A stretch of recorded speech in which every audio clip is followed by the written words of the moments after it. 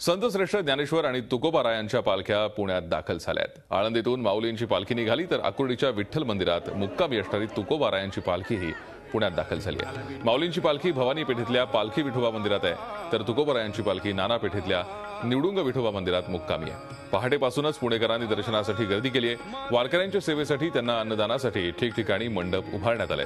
पुणेकरांनी दोन्ही पालख्यांचं दर्शन घेण्यासाठी अलोट गर्दी केल्याचं दिसतंय।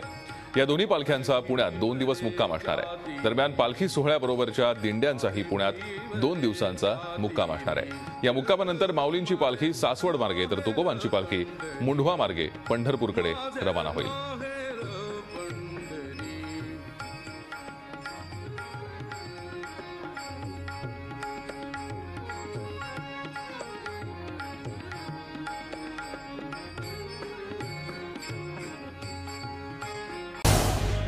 झी 24 तास रहा एक पाऊल पुढे।